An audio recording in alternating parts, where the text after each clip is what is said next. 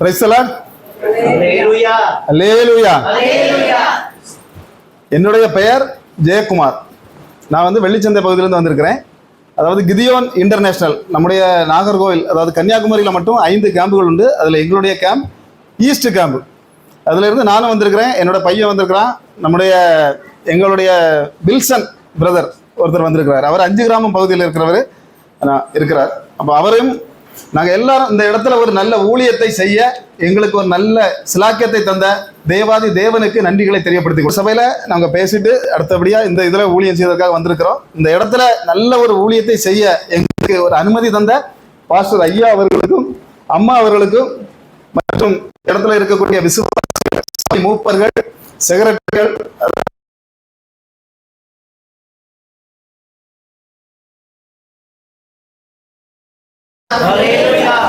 இப்படி இல்ல, கொஞ்சம் சத்தமா சொல்லுங்க பார்க்கலாம். ஏதோ 1-2 பேருக்கு முகத்துல அப்படி ஒரு தூக்க கலக்கம் இருந்த மாதிரி இருக்கு. தூக்க கலக்கம் இருக்கிறது மட்டும் ஒரு அல்லேலூயா சொல்லுங்க பார்க்கலாம். ஒருத்தருக்கும் இல்லையா? இல்ல, அது எல்லாம் கொஞ்சம் அலர்ட்டா தான் இருக்காங்க, அப்படிதானே? அப்போ அந்த தூக்க கலக்கத்தை கொண்டு போடுகிற சில என்னது உண்டு, ஆவிகள், அசுத்த ஆவிகள் உண்டு. அப்போ அந்த குருட்டாட்டங்களை உண்டு பண்ணுகிற ஆவிகள் அப்படின்னு சொன்னா யோவான் 9:6 எடுத்து வாசிங்க பார்க்கலாம். ஒரு குருடனை பற்றி பார்ப்போம்.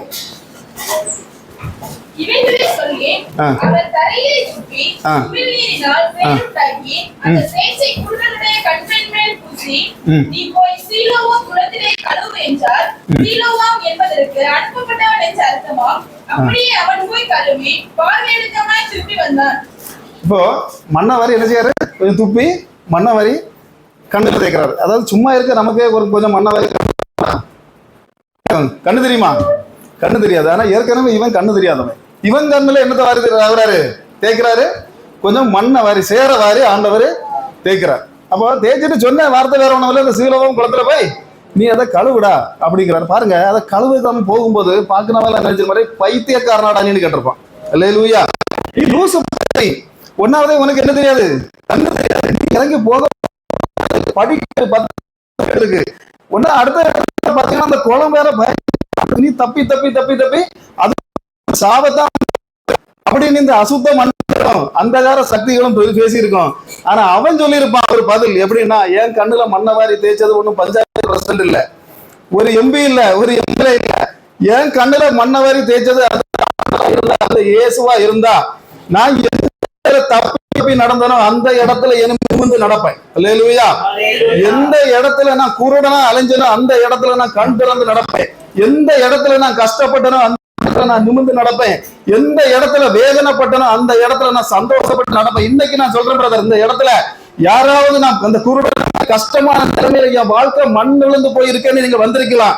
ஆனா ஆண்டவர் சொல்லுகிறார், எந்த இடத்துல நீங்க வேதனைப்பட்டீங்களோ, எந்த இடத்துல கஷ்டப்பட்டீங்களோ அந்த இடத்துல உங்களை தூக்கி நிறுத்தி உங்களை ஆசீர்வதிக்கிற ஒரு கர்த்தர் இந்த இடத்துல வந்திருக்கிறாருன்றத நீங்க முதல்ல அறிஞ்சிருக்கணும். அல்லேலூயா.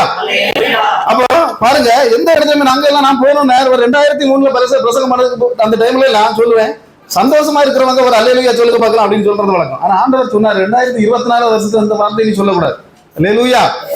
ஏன் அப்படின்னு சொன்னா, நான் வந்து துக்கமா சந்தோஷமா இருக்கிறவங்களுக்கு மட்டுமில்ல நான் செய்வேன். எனக்கு சந்தோஷமும் ஒரு விஷயம் இல்ல, ஒரு விஷயம் இல்ல, என் பிள்ளைகளுக்கு கார ஒரு விஷயம் இல்ல, என் பிள்ளைகளோட வீடு ஒரு விஷயம் இல்ல, எனக்கு விஷயம் எல்லாம் என்னது அப்படின்னு சொன்னா அவங்க ஆத்துமாவிலையும் ஆவியிலையும் நிறைஞ்சு ஒரு அபிஷேகத்தோட இருக்கணும். அல்லேலூயா. அபிஷேகத்துல இருக்கிறது மட்டும்தான் யாரு? அவங்க ஆவிக்கு கண்கள் என்ன செய்திருக்கணும்? திறந்திருக்கணும். இயேசுங்கிறவர் முதல்ல யாருங்கிறத நீங்க புரிஞ்சிருக்கணும். அதாவது 2024 வருஷத்துக்கு முன்னாடி இயேசு பிறந்த போது அதுல ஒரு ஸ்டார் இருந்தது. அல்லேலூயா. இன்னைக்கு நம்ம வீட்டுல இயேசு பிறக்கும் போது 10-15 ஸ்டார் இருக்கு நம்ம தெருவு முழுசம். அந்த ஒரு ஸ்டார் இயேசு இருந்தார், 15 ஸ்டார் இருக்க இடத்துல இயேசு இருக்காரா? அதுதான் இன்னைக்கு விஷயம்.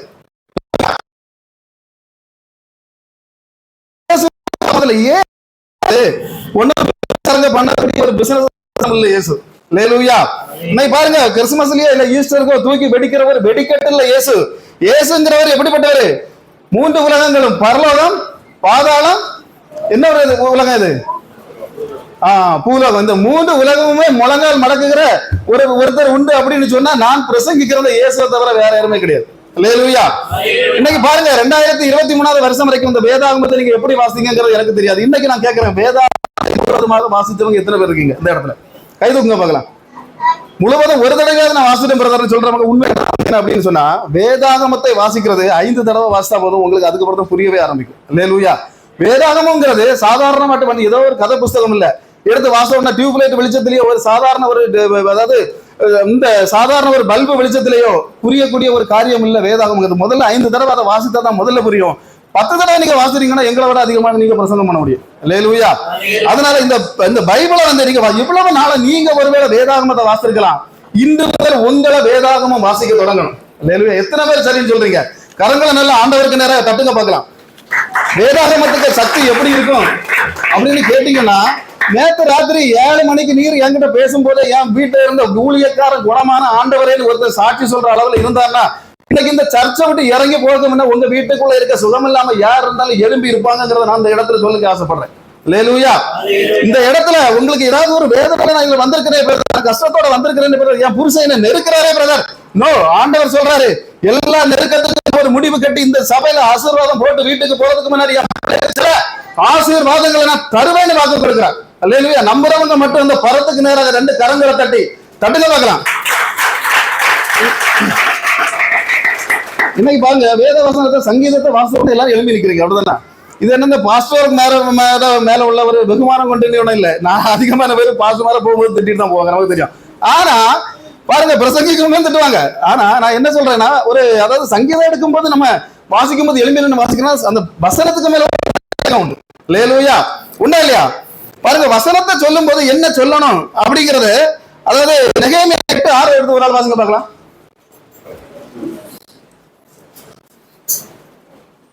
அப்பொழுது எஸ்ரா மகத்துவமுள்ள தேவனாகிய கர்த்தரை ஸ்தோத்திரித்தார். ஜனங்கள் எல்லோரும் தங்கள் கைகளை குவித்து அதற்கு மறுமொழியாக ஆமென் ஆமென் என்று சொல்லி குனிந்து முகம் போதும் வசனம் வாசிக்கும் போது என்ன சொல்லணும்னா ஆமென்னு ஒவ்வொரு வசனத்துக்கும் சொல்லணும். எத்தனை பேர் சொல்றீங்க? என்னை சொல்லுங்க பார்க்கலாம், எத்தனை பேர் சொல்றீங்க?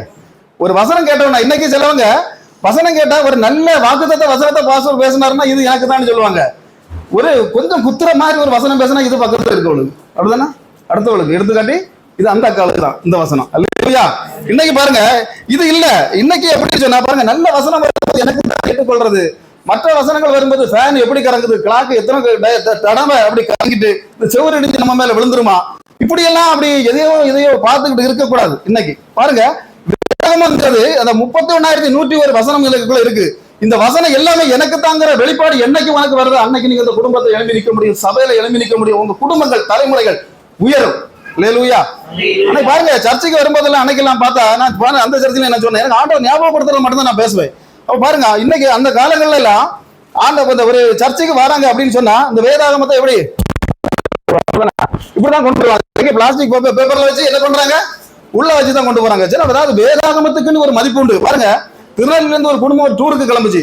என்ன ஆகி போச்சுன்னா, ஒரு வேதாகமத்தை கொண்டு கிதியோன்னு சேர்ந்தவங்க தான் உள்ள கொண்டு கொடுக்குறாங்க. இவர் சொன்னாருன்னா, கார் எல்லாம் அடைச்சிட்டேன், நீங்க என்ன கொண்டு பண்ணுங்க, டிக்கியை திறந்து டிக்கிக்குள்ள போடுங்க. எங்க போடுங்க? வேதாகமத்தை டிக்கிக்குள்ள போடுங்க. டிக்கிக்குள்ள தான் போட்டாங்க. போட்டுட்டு இவங்க போயிட்டாங்க. அது 5 கிலோமீட்டர் போறதுக்கு முன்னாடி ஆக்சிடென்ட் ஆகி உள்ள இருந்த 5 பேரும் செத்து போனாங்க. ஆனா இந்த வேதாகமத்துக்கு பக்கத்துல ஒரு 5 முட்டை இருந்த கோழி முட்டை ஒண்ணு கூட உடையல. அல்லேலூயா. வேதாகமம் எங்க இருக்கோ அங்க மட்டும்தான் உனக்கு சேஃப்டி. அதை தவிர அந்த ஆண்டவர் இருக்க இடம் மட்டும்தான் உங்களுக்கு சேஃப்டி. அதை தவிர எந்த இடமும் உங்களுக்கு சேஃப்டி இல்லைங்கிறத நீங்க இன்னைக்கு அறிஞ்சிருக்கணும். அல்லேலூயா. பாருங்க, இன்னைக்கு ஒவ்வொரு இடமும் நான் அன்னைக்கு நான் சொன்னேன், இப்படி வேதத்தை இப்படி கொண்டு போறாங்க. 90 வயசு வரை இருந்தவருக்கு ஒருத்தருக்கு கூட அட்டாக் இருந்தா, யாருக்காவது அட்டாக் இருந்தா, இன்னைக்கு 25 வயசு பையனுக்கும் புளோக்கு, எதுல நெஞ்சில புளோக்குன்னு எங்க போறாங்க? ஆஸ்பத்திரிக்கும் மெடிக்கல் காலேஜுக்கும். நீங்க ஆஸ்பத்திரிக்கும் புளோக்கு, அதாவது மெடிக்கல் காலேஜுக்கும் போகாம இருக்கக்கூடிய காரியத்தை தான் இப்ப உங்கள்கிட்ட சொல்லிட்டு இருக்கேன். அல்லேலூயா. இன்னையில இருந்து இந்த வேதாகமத்தை நெஞ்சில சுமந்து பாருங்க, அது உங்களை சுமக்கும். தலையில சுமந்து பாருங்க, அது உங்களை தூக்கி சுமக்கும். அல்லேலூயா. ஒரு ஆசாரி இருந்தாரு. அவர் ஆசாரி உபதேசி, அவருக்கு பேரு திருவனந்தபுரத்துக்காரர் தான். அவர் ஆசாரி வேலை செய்தவர். என்ன வேலை? ஆசாரி வேலைன்னா என்ன வேலை? அதாவது தங்க ஆசாரி இல்ல, மரங்களை செதுக்கி பண்ணக்கூடிய ஒரு ஆசாரி. அவர் வந்து ஆண்டவருடைய வெளிப்பாடு கிடைத்து அவர் பெரிய லெவல்ல அவர் மறைஞ்சு போனாரு, பெரிய ஒரு லெவல்ல பாஸ்டர் ஆயிட்டார். அவர் பாருங்க, அமெரிக்காவில போய் பிரசங்கம் பண்ண போறாரு. பிரசங்கம் பண்ண போன உடனே அதுல போய் இறங்குறாரு. பாருங்க, அந்த இடத்துல இறங்கும் போது அந்த ஏர்போர்ட்டுக்குள்ள போன உடனே சொல்றாங்க, இந்த ஏர்போர்ட்டுக்குள்ள நீங்க இறங்கும் போது அவர் இந்த பாருங்க, இந்த வேதாகமத்தை இப்படி தலையில வச்சு இப்படி சுமந்துட்டே போறாரு. அல்லேலூயா. அப்ப சொல்றாங்க, இந்த வேதாகமத்தை நம்ம இந்தியா ஏர்போர்ட் இல்ல, இது அமெரிக்கா ஏர்போர்ட். இதுல வேதாகமத்தை திறந்துட்டு போனாலும் உங்களுக்கு என்ன கிடைக்காது? அங்க விசா எல்லாம் அடிச்சு தர மாட்டாங்க. நீங்க வேதாகமத்தை மட்டும் தூக்கி உள்ளவங்க. அது இவரு ஒரு சொன்ன ஒரு பதம் உண்டு. ஏதோ நான் வந்து ஆசாரி வேலையை செய்துக்கிட்டு இருந்த போது என் கூட வேலை செய்த கொஞ்சம் பேர் உண்டு. அவன் இன்னைக்கும் பக்கத்து வீட்டுல போய் அந்த நாய் கூட பண்ணி கூட தான் அடிச்சுட்டு இருக்கான். நான் இன்னைக்கு இங்க என்ன கொண்டு அமெரிக்கால வந்து நிக்கிறேன் அப்படின்னு சொன்னா என்ன இங்க கொண்டு வந்தது இந்த வேதாகமம் தான். இந்த வேதாகம் இல்லாம ஒரு அமெரிக்கால தான் எனக்கு இடம் கிடைக்கும்னு சொன்னா அந்த அமெரிக்கா எனக்கு வேண்டாம். அல்லேலூயா. அதனாலதான் சொல்றேன், இந்த வேதத்துக்கு ஒரு மதிப்பு உண்டு. இன்னைக்கு எந்த இடத்துக்கு போனா வேதாகமத்தை வாசிங்க, வேதாகமத்துல வளர்ந்து பாருங்க. உங்க குடும்பங்கள், உங்க சந்ததிகள் வளரப்படும். பிள்ளைகளுக்கு சும்மா கூட்டிட்டு போய் அதாவது ஈஸி சேர்ல இருந்துகிட்டு சீரியலை காட்டி கொடுக்காத. அதுதான் சொல்றான். சும்மா போய் தியேட்டருக்காரன் இது ராஜேஷ் தியேட்டர், இது சக்கரவர்த்தி தியேட்டர், தியேட்டரை காட்டி கொடுக்காதுங்க. வேதாகமத்தை காட்டி கொடுத்து பாருங்க. உங்க பிள்ளைகள், உங்க தலைமுறைகள் ஆசீர்வதிக்கப்படும். அல்லேலூயா. பாருங்க, ஒரு சகோதரி இதே மாதிரி சல்வேஷன் சர்ச்சையெல்லாம் சொல்றது கிடையாது. ஒரு சர்ச்சை சல்வேஷன் சர்ச்சை தான். பிரசங்கம் பண்ணிட்டு வெளியே வந்து என்ன அழகா பிரசங்கம் பண்றீங்க. ஒரு பிள்ளை 12 வயசு பிள்ளை வந்து பேசுச்சு. அப்ப சரிமா சொல்லுமா, எனக்காக நீங்க என் தலையில கை வச்சு என்ன பண்ணணும், பிரேயர் பண்ணணும். எதுக்கு நான் 12ஆம் கிளாஸ் பரிச்சை என்ன பண்ண போறேன், எழுத போறேன் அப்படின்னு சொல்லிச்சு. சரிமா எழுத போறா, சரி அப்போ நல்லா படிப்பியான்னு கேட்டா. ஆமா நல்லா படிப்போம் பிரதர். சரி ஓகே, வேதாகமத்தை எத்தனை தடவை படிச்சிருக்கான்னு கேட்டேன். பிரதர் வேதாகமத்தை ஒரு தடவை கூட முழுசா வாசிக்கல. சரி வாசிக்கல, எவ்வளவு வரைக்கும் படிச்சிருக்கா? என்னன்னா அந்த யூதா வரைக்கும் படிப்போம் பிரதர், அதுக்கு மேல படிக்கணும் எனக்கு என்னது பயம். அல்லேலூயா. வெளிப்பாடம் படிக்கிறது என்னன்னா சல்வேஷன் நரம்பு பிள்ளைக்கு என்னதான் பயம். அப்ப ஏன் பயமா அப்படின்னு நான் கேட்டதுக்கு அது ரொம்ப பயமா இருக்கு பிரதர். நான் என்ன சொல்றேன்னா, வெளிப்படுத்தல் 4வது அதிகாரத்துக்கு மேல அது நமக்குள்ளது இல்லைங்கிறத வெளிப்பாடு முதல்ல உங்களுக்கு வேணும். ஏன்னா 4வது அதிகாரத்துக்கு மேல சபங்க இல்லாத எடுத்துக் கொள்ளப்படுகிறது. நீங்க எடுத்துக்கொள்ளப்படுறவங்களா இல்ல இந்த நடந்து கஷ்டப்பட போறவங்களா சொல்லுங்க பாக்கலாம். கஷ்டப்பட போறவங்களா எடுத்துக்கொள்ளப்படுறவங்களா? அப்ப 4வது அதிகாரத்துக்கு மேல நீங்க வாசிக்கணும் தெரியும். ஆனா அது எனக்குன்னு இல்ல. ஆண்டவரே நான் இன்னைக்கு பரிசுத்தமா இருக்கேன், ஆனா அந்த பயம் இல்லாம இருக்கணும். நீங்க பரிசுத்தமா இருக்கணும். இல்லாம இருந்துட்டு எனக்கு பயம் இல்ல ஆண்டவர் அப்படி சொல்ல முடியாது. ஆனா வெளிப்பாடு எப்படி இருக்கணும்னு சொன்னா 4வது அதிகாரத்துக்கு மேல எங்க இருந்து கஷ்டப்படுறவங்களுக்கு தான். எனக்கு இல்ல, நான் பரலோகத்துல ஆண்டவர் கூட ஏறி போகக்கூடிய ஒரு ஆளுங்கிற வெளிப்பாடு உங்களுக்கு இன்னைக்கு இருக்கணும். அல்லேலூயா. நேற்றுக்கு இருந்த போன கிறிஸ்துமஸுக்கு இருந்த பரிசுத்தம் இல்ல, இன்னைக்கு இருக்க பரிசுத்தம் இல்ல நாளைக்கு. அல்லேலூயா. இன்னைக்கு பாருங்க, நீங்க சபைக்குள்ள வரும்போதே தீர்மானத்தோட வரணும். நான் இந்த பாவம் பண்ணிருக்கேன் ஆண்டவரே, நாளைக்கு வரும்போது நான் இந்த பாவத்தோட உள்ள வரமாட்டேன், விட்டுருப்பேன் என்கிற ஒரு தீர்மானத்தோட நீங்க வீட்டுக்கு போய் பாருங்க. அடுத்த நாளைக்கு வரும்போது இந்த பாவத்தை விட்டு ஆண்டவரே, நீங்க ஒவ்வொரு நாளைக்கு பாருங்க 10 நாளைக்குள்ள 10 பாவங்களை விடும்போது நீங்க பரலோகவாசி ஆவீங்க. இதைத்தான் நாங்க சொல்றோம். அல்லேலூயா. இன்னைக்கு பாருங்க, ஒவ்வொரு இடங்கள்லயும் பரிசுத்தம் பரிசுத்தம் பரிசுத்தம் நம்ம பேசுறோம் அப்படின்னு சொன்னா பரிசுத்தத்துக்குடைய ஒரு அதாவது பரிசுத்தம் வந்துட்டாலே உங்களுக்கு ஒரு அபிஷேகம் வரும் பிரதர். அல்லேலூயா. பாருங்க, இந்த இவன் அதாவது சவுல் வந்து கோலியாத்து வந்து நிக்கிறான். யார அவனை அடிப்பேன் வந்து நிக்கிறான். யார கோலியாத்து அடிக்கிறதுக்கு தாவீது வந்து நிக்கிறான். அப்படிதானே? சவுல் வந்து கேட்கிறான், டேய் நீ ஆளு பாரு, நீ இப்படி இருக்கிற. அவன் பாரு, அவன் கையை பாரு, அவன் கை பெருசு, தலையை பாரு தலை பெருசு, முடிய பாரு முடி பெருசு, காலை பாரு கால் பெருசு, எல்லாமே அவனுக்கு பெருசு, உனக்கு எல்லாமே சின்னதுடா. நீ போய் அவன்கிட்ட போய் சண்டை போட போறியா? அல்லேலூயா. இவன் என்ன வார்த்தை உண்டு, ஏய் ராஜாவே நீ சொல்றதெல்லாம் கரெக்ட் தான், அவனுக்கு எல்லாமே இருக்கிறதெல்லாம் பெருசுதான். ஆனா நான் ஒரு காலத்துல நடந்து வந்தேன், வெறும் எனக்கு 20 வயசு தான் இருந்தது. 20 வயசு நான் இருக்கும்போது வெறும் 50 கிலோ வெயிட் தான் நான் இருந்தேன். ஆனா அந்த 50 கிலோ வெயிட் இருக்கும்போது என்ன நோக்கி ஒரு 350 கிலோவுக்கு மேல வெயிட் உள்ள ஒரு சிங்கமும் ஒரு கரடியும் ஒரு தடவை வந்தது. அதை தினத்தந்து பேப்பரை கிழிச்சு போடுறது மாதிரி நான் கிழிச்சு போட்டேன் அப்படின்னு சொன்னா அது நான் குடிச்ச பூஸோட பலம் இல்ல, ஒரு போனிட்டாவோட பலம் இல்ல, ஒரு ஹார்லிக்ஸோட பலம் இல்ல, ஒரு தெய்வ சக்தி உண்டு. அந்த தெய்வ சக்தியோட நான் இன்னைக்கு நிக்கிறது வரைக்கும் இந்த கோலியாத்துல எந்த கோலியாத்து வந்தாலும் நான் அவனை கீறி போடுவேங்கிற அவன் சொன்னான் பாருங்க. சொன்னதுனால அவன் அப்படி அபிஷேகத்தோட இருந்ததுனால அந்த ஆண்டவர் வந்து அவனை எடுத்து பயன்படுத்தினார். அல்லேலூயா. அதான் சொல்றேன், இந்த இடத்துல உங்களுக்கு அந்த தாவீதுடைய அபிஷேகம் இந்த இடத்துல உங்களுக்கு இருக்கும் அப்படின்னு சொன்னா உங்களை எடுத்து என் தேவன் பயன்படுத்துவார். ஆமென். இன்னைக்கு பாருங்க, எங்களுடைய கிதியோனை பற்றி சொல்லணும் அப்படின்னு சில விஷயங்களை நாங்க சொன்னீரோட கம்பீரத்தோட இருப்பாங்க. அல்லேலூயா. இன்னைக்கு ஒரு முடிவு பண்ணணுமா நீங்க, நான் இந்த சர்ச்சில் வரும்போது இந்த ஒரு மாசம் நான் கண்ணீரோட சில வித்துக்களை விதைப்பேன், நான் விதைகளை விதைப்பேன். இதுக்குள்ள அறுவடை இந்த வருஷம் முடியறதுக்குள்ள நான் பார்க்கணும் ஆண்டவரே, ஆண்டவர்கிட்ட நீங்க சவால் விட்டு இந்த இடத்துல போவீங்கன்னு சொன்னா இந்த வருஷம் முடியறதுக்குள்ளேயே உங்களுடைய கண்ணீர்களுக்கு ஒரு விடை உண்டு. அல்லேலூயா. பாருங்க, இந்த யோபுவின் புஸ்தகம் எடுத்து நீங்க வாசித்தீங்கன்னா தெரியும். யோபுவின் புஸ்தகம் முழுசா என்னதுதான் வேதனைகள். பாருங்க, யோபு பயங்கரமான வேதனைக்குள்ள இருக்கிறான். அந்த 42வது அதிகாரத்துக்கு மேல நான் சொல்லக்கூடிய சில வசனங்களை கேட்டா உங்களுக்கே என்ன செய்யும், ஆண்டவர் இப்படிதான் நம்மளை நடத்துவாருங்கிற உண்மைகள் புரியும். பாருங்க, அதாவது மாற்றம், நம்மளுடைய வாழ்க்கையில ஒரு மாற்றம் அப்படின்னு சொன்னா நம்ம விரும்புற மாதிரி மாறுறது இல்ல. வாழ்க்கையில மாற்றம் ஆண்டவருடைய விருப்பத்தை கேட்க நம்ம எப்படி மாறுறோமோ அதுதான் ஒரு வாழ்க்கையோட பேர் கிறிஸ்தவனுடைய வாழ்க்கையில மாற்றம். இப்ப யோபு புஸ்தகத்தை நீங்க எடுத்துக்கிட்டீங்கன்னா யோபு புஸ்தகம் தான் இந்த வேதாகமத்திலே பலமானது. அல்லேலூயா.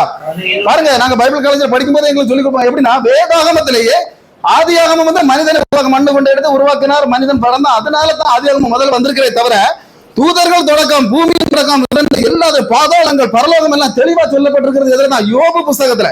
அல்லேலூயா. யோபு வேற யாரும் இல்ல, ஆபிரகாம் காலத்திலேயே பிறந்த அந்த சம காலத்துல வாழ்ந்தவன். கல்தேயா பட்டணத்துல அவன் இருந்தான், கிழக்கு தேசத்துல இவன் இருந்தான். ரெண்டு பேரும் ஒரே டைம்ல இருந்தவங்க தான். பாருங்க, மோசே வந்து 1500 வருஷங்களுக்கு பிறகுதான் இந்த ஆதியாகமத்தை எழுதினான். அல்லேலூயா. அப்ப அவனுக்கு கிடைத்த வெளிப்பாடு ஆதியாகமம். ஆனா இந்த யோபு புஸ்தகம் அதுக்கு முன்னாடியே உள்ளது. பாருங்க, இந்த யோபு புஸ்தகத்தை நீங்க வாசித்தீங்கன்னா பாருங்க, ஒரே கேள்வியின் புஸ்தகம் இது. அவ்வளவும் கேள்வியா தான் இருக்கும். பாருங்க, கணவனை பார்த்து மனைவி கேட்கிறா, மனைவியை பார்த்து கணவன் கேட்கிறான், நண்பர்கள் யோபு கிட்ட கேட்கிறாங்க, யோபு நண்பர்கள்ட்ட கேட்கிறாரு, யோபு கடைசியில இயேசு நம்முடைய தெய்வத்திட்ட யெகோவா கிட்ட கேட்கிறாரு. இப்படி பாத்தீங்கன்னா இந்த புத்தகம் முழுவதும் என்னதான் ஒரே கேள்வி. பாருங்க, ஆண்டவர் 37 அதிகாரம் வந்தவன ஆண்டவர் ஒரு கேள்வி கேட்கிறார். அல்லேலூயா. இதுல இருந்தவன் யோபு எல்லாம் மற்றவங்க மனைவி கேட்கும் போதும் நண்பர்கள் கேட்கும் போதும் மாறி மாறி பதில் சொல்லி கொடுறத யோபுக்கு ஆண்டவருடைய கேள்வியை கேட்கும் போது என்ன செய்ய முடியல, ஒரு பதில் சொல்ல முடியாது. அல்லேலூயா. ஏன்னா இன்னைக்கு பாருங்க, அப்பா கேள்வி கேட்டா பதில் சொல்லலாம், அம்மா கேள்வி கேட்டா, அங்கிள் கேள்வி கேட்டா பதில் சொல்லிடலாம். ஆண்டவர் கேள்வி கேட்டார்னா சில இடங்கள்ல என்ன செய்ய முடியாது, பதில் சொல்ல முடியாது. பாருங்க, யோபு 38, 39, 40, 41 4 அதிகாரங்களை சேர்த்து 77 கேள்வி ஆண்டவர் யோபுட்ட கேட்டார். எத்தனை கேள்விமா? 77 கேள்வி. நீங்க என்னங்க வீட்டுல போயிருது, இதெல்லாம் படிக்கணும். அல்லேலூயா. அப்ப பாருங்க, அந்த கேள்விகள்ல பாருங்க, அதுல அந்த முக்கியமான கேள்விகளை பாத்தீங்கன்னா, சமுத்திரத்தின் அடித்தளம் அவனுக்கு தெரியுமாடா, நாட்களின் தொடக்கம் அவனுக்கு தெரியுமாடா, கல்மலை உருவானது எப்படின்னு உனக்கு தெரியுமாடா. அல்லேலூயா. முட்டையோட கருவுக்கு ருசி என்னது, வெள்ளை கருவுக்கு ருசி உண்டா உண்டா, அது பிறகு சொல்றேன். அல்லேலூயா. அப்போ இப்படிப்பட்ட அதாவது மனம் இல்ல, ருசி இல்ல, எல்லாமே என்னது, வெள்ளை கருவுக்கு ஏதாவது இருக்கா? ஒண்ணுமே இல்லை. பாருங்க, ஆனா ஆண்டவர் அப்படிப்பட்டவர் இல்ல. ஆண்டவர் எப்படிப்பட்டவர் அப்படின்னா, பச்சை அதாவது கிணத்துக்குள்ள கிடந்த பச்சை தண்ணியை கோரி அதை ரசமாட்டு மாற்றி அந்த திருமணத்தையே ஒரு அதிர செய்தவர் தான் நம்முடைய தெய்வம். அல்லேலூயா. அதனால வெள்ளக்கருவுக்கு ருசியை உண்டாக்கவும் நம்மளே ஆண்டவரால முடியும். அல்லேலூயா. இதுல பாருங்க, இந்த வாசத்தை வாசிக்கும் போது என்ன ஆச்சரியப்படுத்தின ஒரு விஷயம் என்ன அப்படின்னு கேட்டீங்கன்னா, பாருங்க, 1-2 இல்ல மரணம். நம்ம வீட்டுல இன்னைக்கு யாராவது ஒருத்தர் மரணம் அடைந்திருந்தால் அந்த இதுல துக்கத்துல இருந்து நம்ம கரையேறி வர்றதுக்கு குறைஞ்சபட்சம் 1 வருஷம் ஆகும். ஆகுமாகாதா? ஆகும். 1-2 மரணம் இல்ல, 10 மரணம் யோபு வீட்டுல நடந்திருக்கு. 10 மரணம் நடந்த வீட்டுல போய் இருந்துகிட்டு பாருங்க, ஆண்டவர் வந்து உன் ஆண்டியை பற்றி தெரியுமாடா, உன் அண்ணனை பற்றி தெரியுமா, உன் தம்பியை பற்றி தெரியுமா, உன் பிள்ளையை பற்றி தெரியுமான்னு கேட்கல. அவர் கேட்டதெல்லாம் என்னது, சமுத்திரத்தை பற்றி தெரியுமா, நாட்களை தெரியுமா, கல்மலையை தெரியுமா, உறைந்த பறிய தெரியுமா, முட்டையை பற்றி தெரியுமா. அல்லேலூயா. நான் இன்னைக்கு சொல்றேமா, ஆண்டவர் உன்கிட்ட கேட்கக்கூடிய கேள்வி நீ நினைக்கிற மாதிரி உள்ள கேள்வி இல்லை, ஆண்டவர் கேட்கறது. அல்லேலூயா. நீ காட்டக்கூடிய படம் எல்லாம் ஒண்ணும் பரலோகத்துல ஓடாது. அல்லேலூயா. இந்த பூமியில நீ சில பிலிம்கள் காட்டலாம், ஆனா அதே பிலிம் பரலோகத்துல காட்ட முடியாது. ஆமென். அதனாலதான் சொல்றேன். என்ன அப்படின்னு சொன்னா, அந்த இடத்துல நீங்க வரிசையை வாசித்து பாருங்க. யோபுக்கு வீட்டுல என்னெல்லாம் இருந்து, 7000 ஆடுகள், 3000 ஒட்டகம், 1000 ஏர் மாடுகள், 500 கழுதைகள், திரளான பணிவிடைக்காரர்கள். அப்படிதானே அதுல இருந்ததுன்னு இந்த வேதாகமம் நமக்கு சொல்லுது. ஆனா பாருங்க, நான் இதை வாசிக்கும் போது ஆண்டவரை கேட்டேன், ஆண்டவரே, இந்த ஆடு கணக்கு மாடு கணக்கெல்லாம் இந்த வேதாகமத்தில் எழுத வேண்டிய அவசியம் உண்டா, ஏதாவது அவசியம் உண்டா? இது எனக்கு ஆண்டவரை எழுதி வச்சுக்க நீங்க. அப்ப இதெல்லாம் நாங்க வாசிக்கணுமா? அப்போ ஆண்டவர் எனக்கு தந்த பதில் என்ன அப்படின்னா, அதாவது நம்ம இன்னைக்கு நம்ம கிட்ட என்ன இருக்கு, என்கிட்ட இன்னைக்கு 50 லட்சம் ரூபாய் இருக்குன்னு சொல்லி யாராவது நம்ம வாட்ஸ்அப்லயோ ஃபேஸ்புக்லயோ போடுவோமா? நம்ம கிட்ட இருக்கிறத நம்ம வெளியே ஃபேஸ்புக்லயோ வாட்ஸ்அப்லயோ பக்கத்து வீட்டுக்காரன்ட்டே சொல்லக்கூடாத ஒரு காரியம், சொல்லாத காரியம் இதுதான், பணம் மட்டும்தான். என்கிட்ட இவ்வளவு இருக்கு, என் பேலன்ஸ்ல இவ்வளவு இருக்கு, நம்ம யார்ட்டையுமே வெளியே சொல்லவே மாட்டோம். பாருங்க, ஆனா யோபுவுக்கு என்ன காரியம் இருந்தது, ஆனா ஆண்டவருக்கு தெரிஞ்சுதான் இருந்ததுங்கிறத உறுதிப்படுத்துக்கு அங்க இருக்கு. அல்லேலூயா. இன்னைக்கு நீங்க முடிவு எடுத்துட்டு போங்க, ஆண்டவருக்கு தெரியாத ஒற்ற ஒரு சாதனம் கூட என் வீட்டுக்குள்ள இருக்காது. இன்னைக்கு எடுத்து நான் வெளியே எறிவேண்டி நீங்க முடிவு எடுத்துட்டு போனீங்கன்னா உங்க தலைமுறைகளை ஆசீர்வதிப்பார் ஆண்டவர். அல்லேலூயா.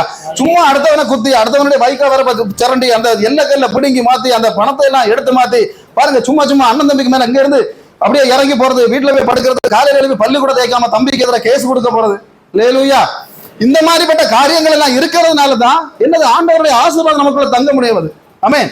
இன்னைக்கு பாருங்க, யோபு பாத்தீங்கன்னா அன்னைக்கு அந்த காலத்துல நம்ம சாதாரணப்பட்ட மனுஷன் இல்ல, பெரிய ஒரு டிரான்ஸ்போர்ட் கம்பெனி வச்சிருந்தான். அன்னைக்கு ஏதாவது லாரி சர்வீஸ் உண்டா, இல்ல ட்ரெயின் சர்வீஸ் உண்டா? ஒண்ணுமே கிடையாது. ஆனாலும் அவன் எத்தனை 3000 ஒட்டகத்தையும் 500 கழுதையும் வச்சு ஒரு பெரிய அதான் டிரான்ஸ்போர்ட் சர்வீஸ். இப்ப மெட்ராஸுக்கு சாதனம் கொண்டு போனா இவன் வண்டியில தான் ஏத்தணும். அல்லேலூயா. இவனுடைய ஒட்டகத்துல தான் ஏத்தணும். பாருங்க, இப்படி ஒருத்தன் இப்படிப்பட்ட பெரிய டிரான்ஸ்போர்ட் கம்பெனி வச்சுட்டு இருக்கவன் வந்து ஒரு நாளுக்கு பொங்கி போகல. அல்லேலூயா. பாருங்க, சாத்தானோட ஆட்சி ஆண்டவர் வந்து சொல்றாரு, எப்படிப்பட்ட ஒரு சாட்சி, அந்த சாட்சியை பத்தி தெரியுமா அவனுக்கு? யோபு 1:8 எடுத்து வாசிங்க பார்க்கலாம். கர்த்தர் சாத்தானை நோக்கி, என் தாசனாகிய யோபின் மேல் கவனம் வைத்தாயோ, உத்தமனும் சன்மார்த்தனும் தேவனுக்கு பயந்து பொல்லாப்புக்கு விலகுறவனுமாகிய அவனைப் போல ஒருவனும் இல்லை என்றார். எப்படி இருக்கு பாருங்க. என்னன்னா, அதாவது இன்னைக்கு பாருங்க, ஒரு பொய் சாட்சி சொல்லணும்னா சபையில வந்து நம்ம சொல்லிடலாம். அல்லேலூயா. ஒருவேளை வீட்டுல இருக்க அப்பா அம்மா கிட்ட சொல்லிடலாம், அங்கிள்கிட்ட சொல்லிடலாம், ஆண்டி கிட்ட சொல்லிடலாம், பஞ்சாயத்து பிரசிடன்ட் கிட்ட சொல்லிடலாம் கள்ள சாட்சி. அல்லேலூயா. நீதிமன்றத்துல போய் சொல்லலாம், சர்ச்சை பாஸ்டர்ட்ட வந்து கள்ள சாட்சி சொல்லிடலாம். ஆனா பிசாசுகிட்ட சாட்சி சொல்லும் போது ரொம்ப கவனமா இருக்கணும். ஆண்டவர் யார்கிட்ட சாட்சி சொல்றாரு? அவன் என்ன இல்லாதத இருக்குன்னு நிரூபிக்கிறவன் தான் பிசாசு. அல்லேலூயா. அவங்கிட்ட எப்படி உத்தமனும் சன்மார்க்கனுமான ஒரு சாட்சி. இன்னைக்கு உங்களை குறித்து ஆண்டவர் கொடுக்கிற சாட்சி இப்படி இருக்கணும். எந்த பெரிய அந்தகார சக்தி முன்ன வந்து நின்னாலும் சரி, எந்த பெரிய சக்திகள் வந்து நின்னாலும் ஆண்டவர் சொல்லணும், இது ஏன் பிள்ளை என்னுடைய சன்மார்க்கன் சாட்சி சொல்லுவாருன்னு சொன்னா இன்னைக்கு நீங்க ஆசீர்வாதம், உங்க தலைமுறைகள் ஆசீர்வதிக்கப்படும். அல்லேலூயா. பாருங்க, நம்ம இன்னைக்கு வந்து பாத்தீங்கன்னா ஒவ்வொருத்தரும் போய் இப்ப கேட்டோம்னா, இப்ப நம்ம நானா இருந்தா என்ன செய்திருப்பேன் அப்படின்னு சொன்னா, யோபு அடையாளம் கேட்கணும் அப்படின்னு சொன்னா, அந்த 3000 ஆட்டுள்ள யோபு தெரியுமான்னு கேட்பேன். இல்லைன்னா என்ன செய்வேன், இந்த 500 கழுதை உள்ள யோபு தெரியுமா, அந்த 1000 வேலைக்காரங்க உள்ள யோபு தெரியுமா? ஆண்டவர் கேட்கிறார், எப்படி உத்தமன் சன்மார்க்கமான என் தாசன். அல்லேலூயா. அப்ப இன்னைக்கு அந்த ஆண்டவர் சொல்லணுமா, நான் இன்னைக்கு என்ன சொல்லணும், ஆண்டவருக்கு தேவை உங்களுடைய மாடி வீடுடைய கணக்கு இல்ல, உங்களுடைய பேங்க் பேலன்ஸ் கணக்கு இல்ல, உங்களுடைய ஏடிஎம் கணக்கணும் இல்ல. ஆண்டவருக்கு தேவை அப்படி என்ன அப்படின்னு கேட்டீங்கன்னா, உங்களுடைய பரிசுத்தம் அவருக்கு தேவை. அல்லேலூயா. இன்னைக்கு பாருங்க, யோபு 38:41 வாசிக்க பார்க்கலாம்.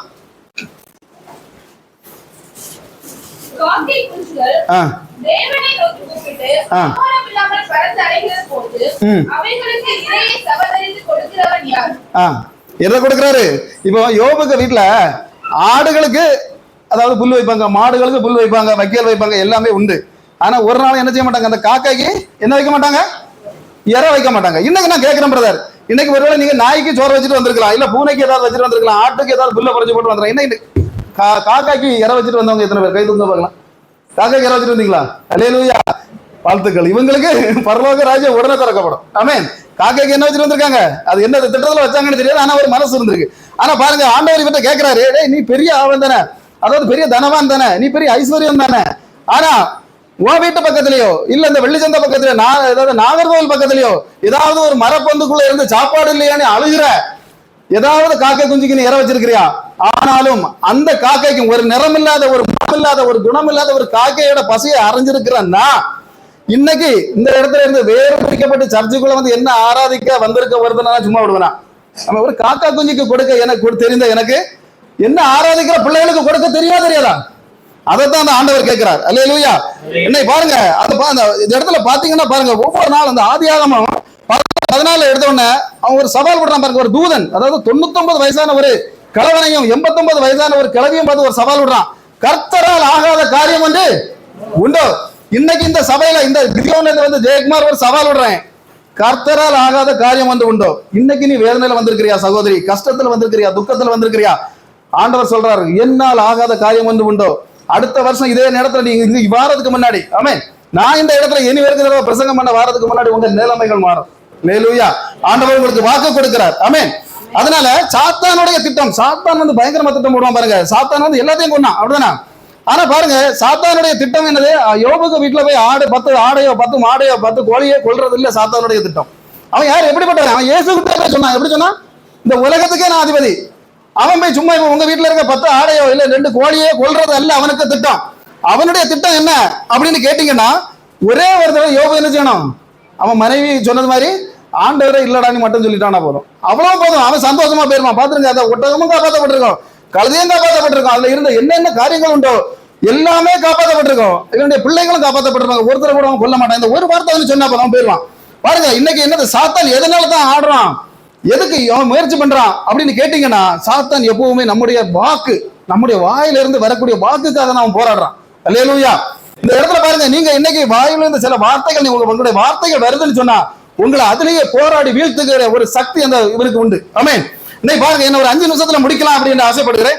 ஏசாயா 6:6-7 எடுத்து வாசிக்க பார்க்கலாம்.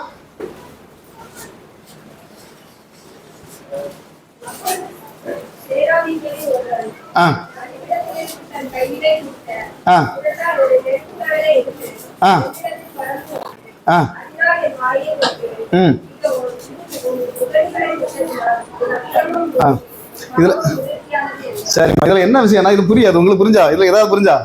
மேல இருந்து ஒருத்தன் வந்தானா என்ன செய்யதானா, அதாவது அதுல என்ன போட்டிருக்கு அப்படின்னு சொன்னா, நெருப்பு தழலை எடுக்கிறான். நெருப்பு தழலை எடுத்தவன் கையில எடுக்கிறானா?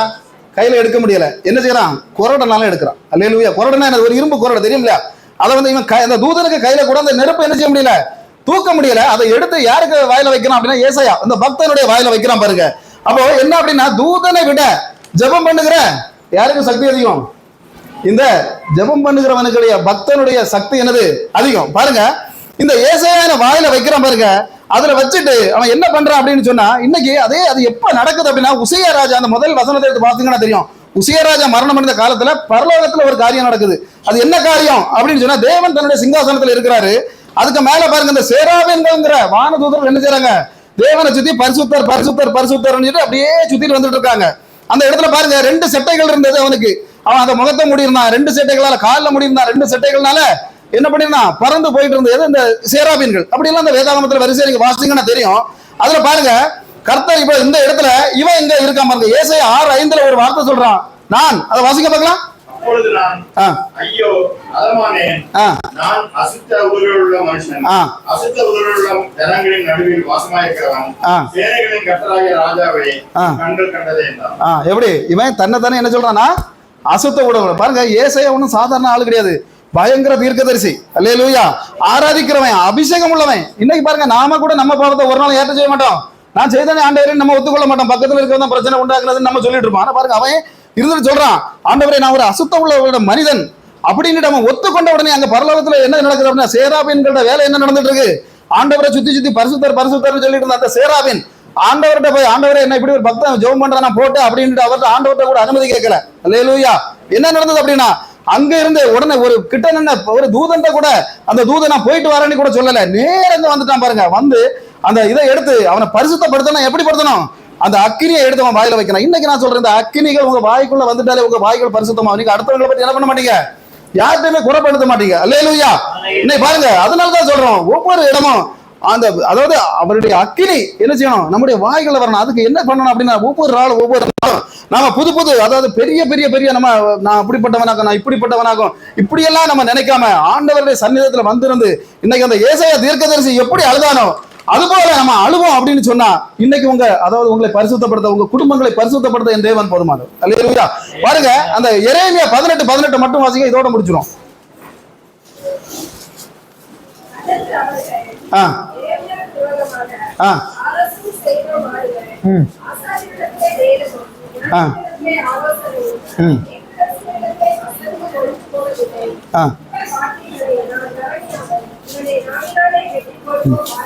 பாருங்க, அதாவது ஏசாயா கிட்ட முதல்ல நாவு, அடுத்த பாருங்க எரேமியா கிட்ட நாவு எப்படி பயன்படுத்திருப்பாங்க. எதனால வெட்டுவோம், நாவினால் வெட்டுவோம். பாருங்கள், அல்லேலூயா. அவன் கையை வெட்டுவோம், காலை வெட்டுவோம் இல்ல, நாவினால் வெட்டுவோம். பாருங்கள், ஏன் அப்படின்னு சொல்லுவாங்க. எரேமியா எப்படிப்பட்டவன், ஆசாரிய குடும்பம், அதாவது ஒரு ஊழியக்காரன், ஒரு உபதேசி, ஒரு பெரிய பாஸ்டர். அல்லேலூயா.